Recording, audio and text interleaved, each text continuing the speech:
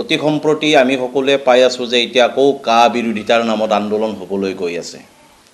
অসমৰ স্বনামধন্য কিছু সংগঠন ইয়াতে নেতৃত্ব বহন কৰিবলৈ ওলাই আহিছে।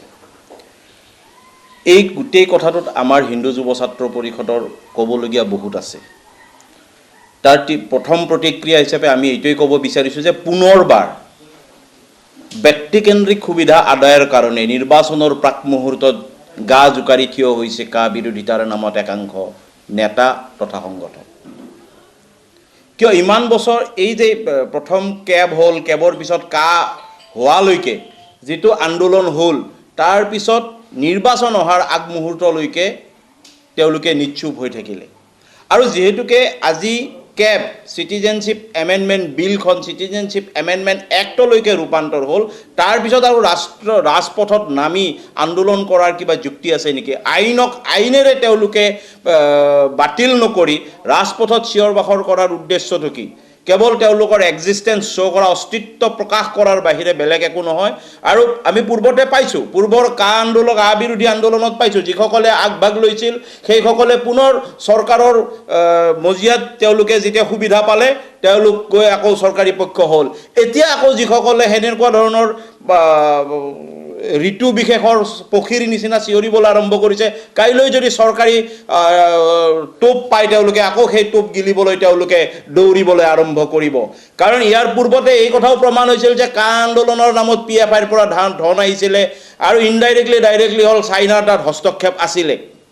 গতিকে সেই একেইখিনি নেতাই যি পাৰে সুবিধা আদায় কৰিলে আৰু এতিয়া পুনৰবাৰ কাৰ নামত তেওঁলোকে আন্দোলন কৰিব ওলাইছে। সন্মুখত কিছু খিলঞ্জীয়া লোকক ৰাখি পিছফালে বাংলাদেশী মুছলমানৰ দ্বাৰা তেওঁলোকে আকৌ অসমখন অশান্ত কৰাৰ কাৰণে প্ৰয়াস কৰিছে। গতিকে এই গোটেইবিলাক কথা আমি ৰাইজক দৃষ্টি ৰাখিব দিছোঁ। এইবাৰ যাতে কা আন্দোলনকাৰীয়ে আকৌ চৰকাৰী সুবিধা ল'বলৈ নোৱাৰে, আকৌ চৰকাৰৰ জনসাধাৰণৰ আৱেগটোক যাতে ব্যৱহাৰ কৰি আৰু তেওঁলোকে নিজৰ দাম বঢ়াব নোৱাৰে, তাৰ কাৰণে আমি সংশ্লিষ্ট সকলোকে আমি চকু ৰাখিবলৈ আমি অনুৰোধ জনাইছোঁ।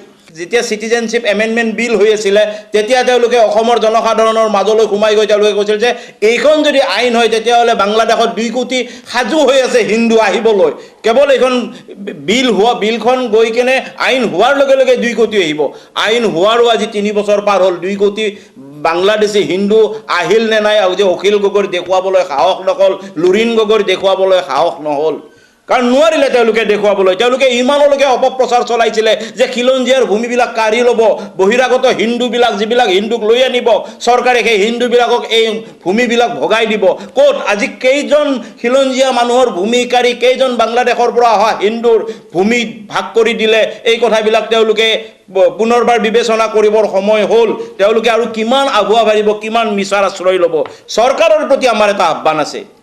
চৰকাৰে এই আইনখন আনিম বুলিয়ে তেওঁলোকে ইস্তাহাৰত প্ৰকাশ কৰি তেওঁলোকে আমাৰ পৰা ভোট ভিক্ষা কৰিছিল। আমি ভোট দি তেওঁলোকক চৰকাৰ গঠন কৰিছিল, কৰি সুবিধা কৰাই দিছিলোঁ। গতিকে তেওঁলোকক আমি এইটো কাৰণে ধন্যবাদো দিছোঁ যে তেওঁলোকে চিটিজেনশ্বিপ বিলখন আনিম বুলি কৈছিল, আনিলে, আইনত পৰিণত কৰিলে। কিন্তু আইনত পৰিণত কৰি তাক বন্ধ কৰি ৰাখিলেই নহ'ব, প্ৰয়োগ কৰিব লাগিব, অতি শীঘ্ৰে ৰূপায়ণ কৰিব লাগিব এই আইনখন। আমাৰ চৰকাৰৰ প্ৰতি সেই দাবী আছে।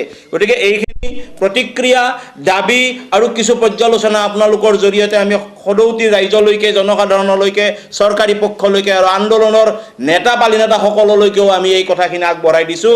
জুবিন গাৰ্গেও কেতিয়া কি পাভলুটি মাৰে সেই কথাটো আমাৰ বুজিবলৈ, আমাৰ নিচিনা সৰু মানুহৰ বুজিবলৈ অপৰাগ। এইকাৰণে অপৰাগ, কিছুদিন আগতে তেওঁ কোনো সাংবাদিক বন্ধুৱে প্ৰশ্ন কৰোঁতে তেওঁক কা আহিব নেকি বুলি সোধোতে তেওঁ কা ধাৰাবাহিক নেকি, আহিব যাব আহিব যাব, এই ধৰণৰ কমেণ্ট কৰিছিল। গতিকে জুবিন গাৰ্গে কেতিয়া চৰকাৰী পক্ষৰ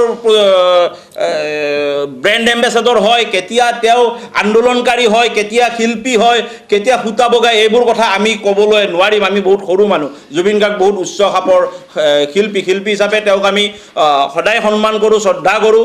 কিন্তু তেওঁ যিবোৰ টুলুঙা মন্তব্য কৰি থাকে এইবিলাকে তেওঁৰ মুখত শোভা নাপায় বুলি আমাৰ বিবেচনা হয়।